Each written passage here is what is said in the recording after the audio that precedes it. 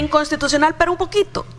Esta hora es inconstitucional, pero un montón. Miren, si vamos a decir que es inconstitucional la sala actual porque tiene un vicio de origen, porque lo tiene, lo hemos cuestionado en este panel bastantes veces, que la destitución violó la garantía de audiencia, pero esa es la destitución.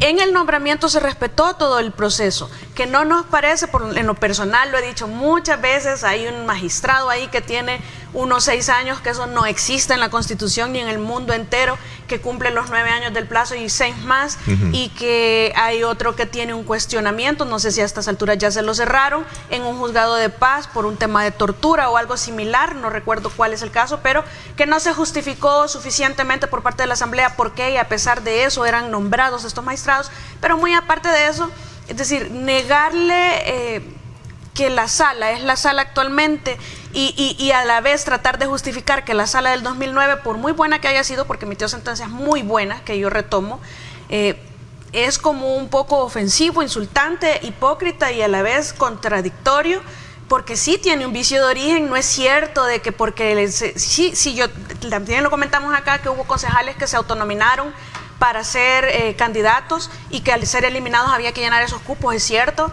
pero miren, por ejemplo, hay un magistrado que todos sabemos que en la elección de abogados quedó allá por el puesto 30 y tanto, antes que el 30 y tanto, y para llenar ese cupo que quedaba vacío, habían como 15 adelante. Entonces no vengan a decir que es que un poquito inconstitucional y ahora inconstitucional es inconstitucional. Entonces hay también bastantes interpretaciones. Unos dicen que el artículo 152 es claro, otros dicen que el 88 es la base.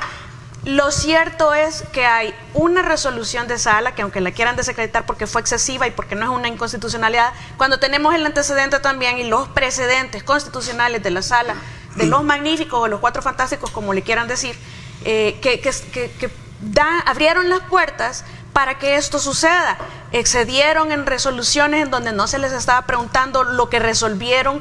Hubo otras que no eran inconstitucionalidades en donde lo que se tiene a cuento es la ratio decidendi o la fundamentación de la resolución. Entonces, al final del día, sí hay una resolución que es vinculante y que si el Tribunal Supremo Electoral decide no acatarla, pues al final siempre va a rebotar en la sala. Antes de entrar al tema de los 21 expresidentes de Iberoamérica, que es interesante el tema y vamos a hablar, quiero entrar en detalle en eso.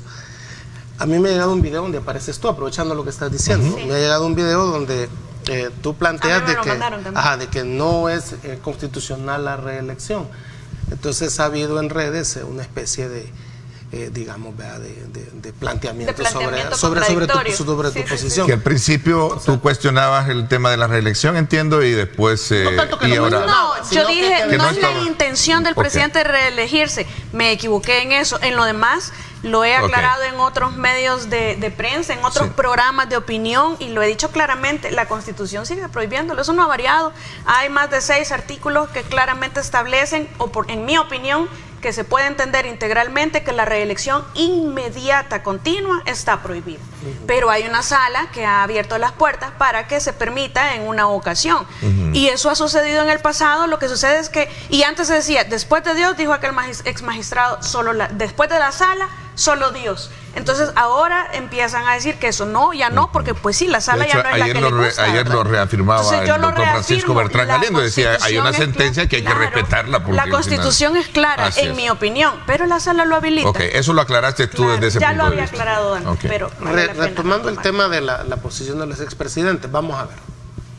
En la lista de 21 expresidentes que firman ese comunicado, hay 6 que han sido seriamente cuestionados en sus países. Por ejemplo, José María Aznar, que es